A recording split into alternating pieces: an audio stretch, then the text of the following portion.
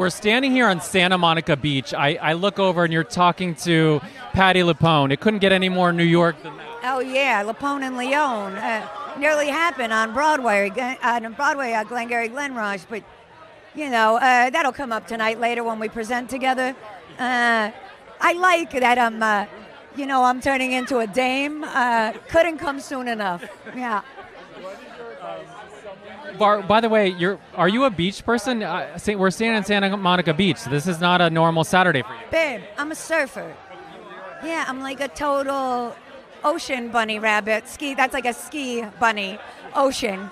And I love swimming. It's my only sport. Surfing, sanding. I love putting sand in the bed. I think it's funny. And Dad said, no, I don't really understand Santa Monica as a place. I like the pier. I'm like, well, who are you to tell me where you can smoke or not? I don't like their parking laws, and it's far. But I've been coming to Spirit Awards since 2000, so they have a special place in my heart. Yeah, I know that you've been here many years. Independent film is like your jam, and the Robert Altman Award today has got to be, Right, but independent film is my jam against my will, because I like a nice aerial shot here and there, and some money for marketing and some days to shoot. You see, but it is a very moving thing. I hosted the DGA Awards. They don't televise, but it was honoring Francis Ford Coppola, and I got to speak to him, and then tonight to receive the Robert Altman Award. Not really an indie filmmaker, by the way, but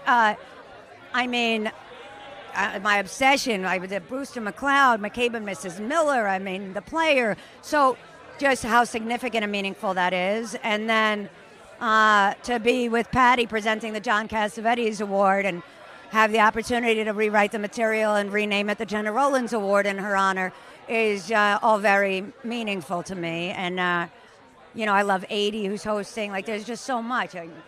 It's a beautiful place, yeah.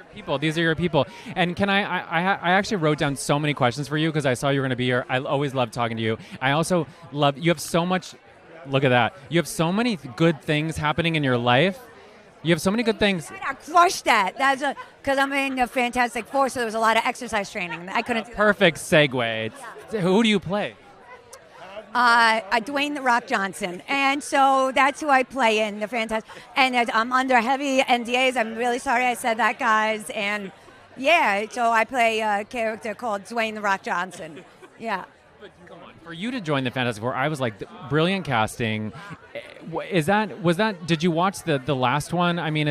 Was this something that was on your radar? No, I would say no.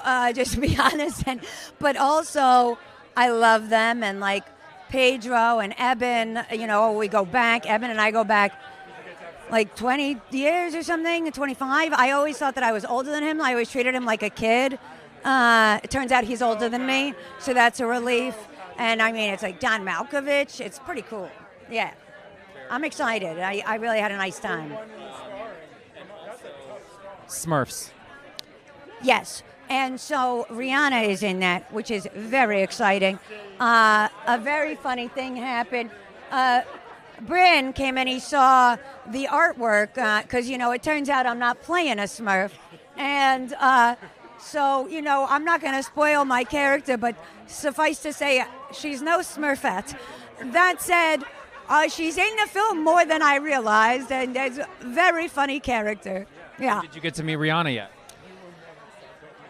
No, and so I'm very mad about it. And so I would send an email, but, life's short. No, I'm hoping that because we have a lot of scenes together. And listen, I'm just a fan like anyone else, yeah. And then I got to ask you, too, this story that broke recently, A Basket Full of Heads, which is a great log line. A woman decapitates a bunch of men, and the heads keep talking. Yes, that's true. Yeah, and Anna Lillian Amirpour. So that is really exciting. I'm just such a huge fan of her work. So to get to work with her on this, I think it's going to be super cool. And it's fun, it's doing things haven't done before. So that's kind of the idea.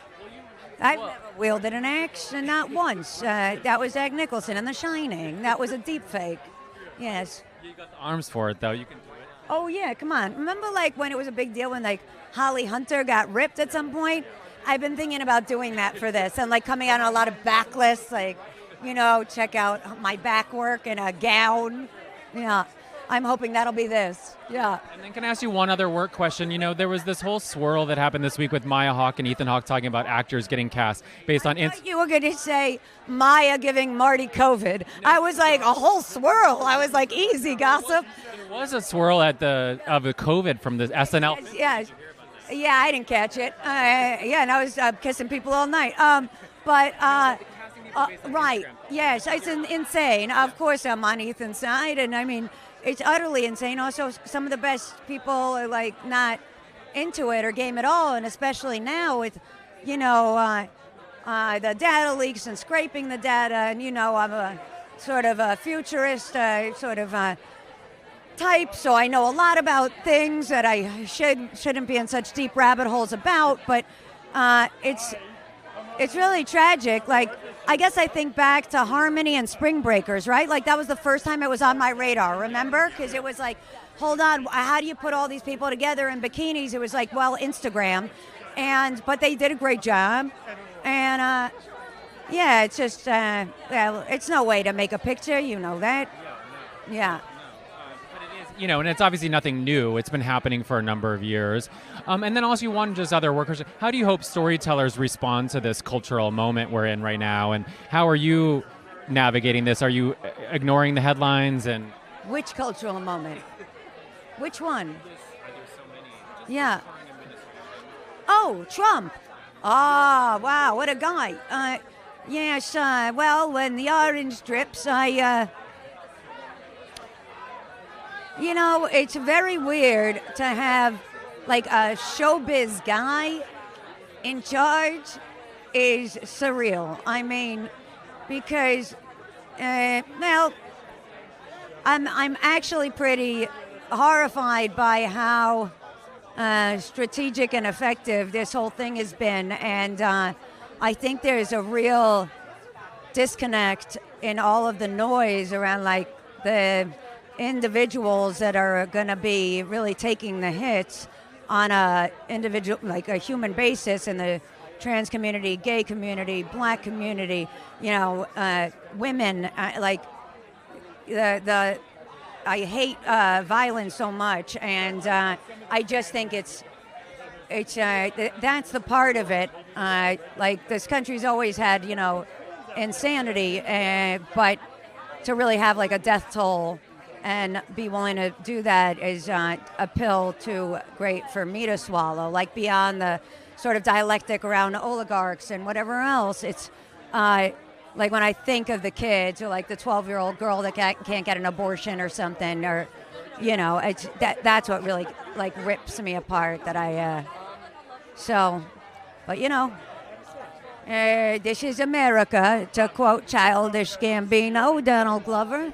So. It's nothing we didn't know, but always a horror to see up front, and I don't know. I'm sorry to end on that, but let's end on something light. It's a Saturday. It's a Saturday afternoon. Natasha Lyonne, if she weren't at the Spirit Awards, she would be surfing, sleeping, reading, eating. Right.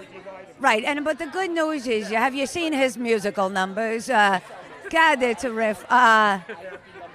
I mean, what a piece of work, this guy. What a piece of work. Nice oceanfront property. Easy, pal. Anyway, it's a nice night here. Robert Altman, John Cassavetes, Patti LuPone. And, it's great that people are out there making movies about stuff that's important, because so long as they let us continue. Remember the Hays Code. Be wary, showbiz.